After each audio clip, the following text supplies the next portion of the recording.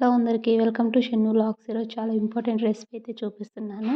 చాలామంది ఇష్టంగా చేసుకునేది, చాలామంది టైం లేక చేసుకొని తినేది అయితే చూపిస్తున్నాను. ఉప్మా చాలామంది ఇష్టంగా అయితే తింటారు. ఇంకా కొంతమంది అసలు ఉప్మా ఇష్టం లేని వాళ్ళు కూడా ఉంటారు. ఈరోజు చాలా సింపుల్గా అయితే చూపిస్తాను. మీరు కూడా చాలామంది సింపుల్గానే చేసుకుంటారు దీన్ని. సింపుల్గా అయిపోతుంది కాబట్టి ముందుగా అయితే రవ్వ అయితే ఫ్రై చేసుకుంటున్నాను. మంచి స్మెల్ వచ్చే వరకు అయితే ఫ్రై చేసుకోవాలి. అప్పుడు ఉప్మా కొంచెం టేస్ట్ బాగుంటుంది. ఇదంతా ఫ్రై చేసేసుకొని పక్కనైతే చల్లారబెట్టేసుకోవాలి. ఒక గ్లాస్ ఉప్మా రవ్వ అయితే తీసుకున్నాను. అయితే పక్కన చల్లారనివ్వాలి. ఒక ప్యాన్ తీసుకొని అందులో కొద్దిగా ఆయిల్ వేసేసి సాసువలు, జీలకర్ర, శనగపప్పు, మినప్పప్పు, కరివేపాకు, పచ్చిమిరపకాయలు, ఎర్రగడ్డలు అందుకేసి అయితే ఫ్రై చేసుకోవాలి. ఇంకా మీకు కావాలంటే వెజిటేబుల్స్ యాడ్ చేసుకోవచ్చు. క్యారెట్, బీన్స్, ఉర్లగడ్డ ఇలాంటివన్నీ. నేనైతే బీన్స్ మాత్రమే యాడ్ చేస్తున్నాను. ఇంకా వేరే ఏమీ యాడ్ చేయట్లేదు. ఒక టమాటా యాడ్ చేస్తున్నాను. టేస్ట్ అయితే చాలా బాగుంటుంది వెజిటేబుల్స్ అన్నీ వేసుకుంటే.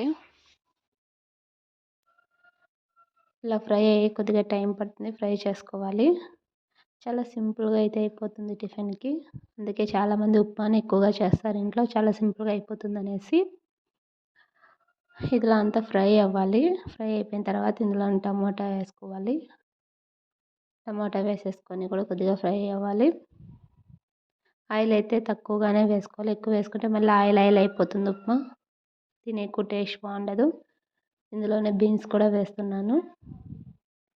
ఇంకా మీకు కావాలంటే వేరే వెజిటేబుల్స్ యాడ్ చేసుకోవచ్చు. నేనైతే ఇంత యాడ్ చేస్తున్నాను. ఇదంతా బాగా ఫ్రై అవ్వాలి. ఒక గ్లాస్ ఉప్మా రవ్వకి 2 గ్లాసెస్ వాటర్ అయితే తీసుకుంటున్నాను. ఇలా కొద్దిగా ఉప్పు అయితే టేస్ట్కి తగినట్లయితే వేసుకోవాలి. దీన్ని ఇలా కాసేపు బాగా ఉడకనివ్వాలి. వెజిటేబుల్స్ అన్నీ ఉడికిందాను. ఇది ఇలా బాగా ఉడికిన తర్వాత ఇందులోనే ఉప్మా రవ్వ అయితే ముందుగా ఫ్రై చేసి పెట్టుకున్నాం కదా ఉప్మా రవ్వ, అదైతే ఇందులో అయితే వేసుకోవాలి. నీళ్ళు కరెక్ట్గా అయితే సరిపోతాయి. మీకు ఇంకా కొంచెం పొడి పొడిగా కావాలంటే కొద్దిగా వాటర్ అయితే తగ్గించుకోవచ్చు. చిన్నపిల్లలకి అందుకు పెట్టే వాళ్ళకైతే ఈ క్వాంటిటీ సరిపోతుంది.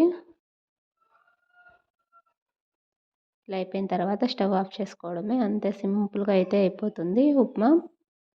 చాలా టేస్టీగా కూడా ఉంటుంది. ఎవరైనా ట్రై చేయకపోతే ఒకసారి ట్రై చేయండి. మీకు కూడా చాలా బాగా నచ్చుతుంది. ఇందులో కాంబినేషన్గా పల్లీ చట్నీ అయితే చేశాను. ఈ కాంబినేషన్ ట్రై చేయకపోతే ట్రై చేయండి.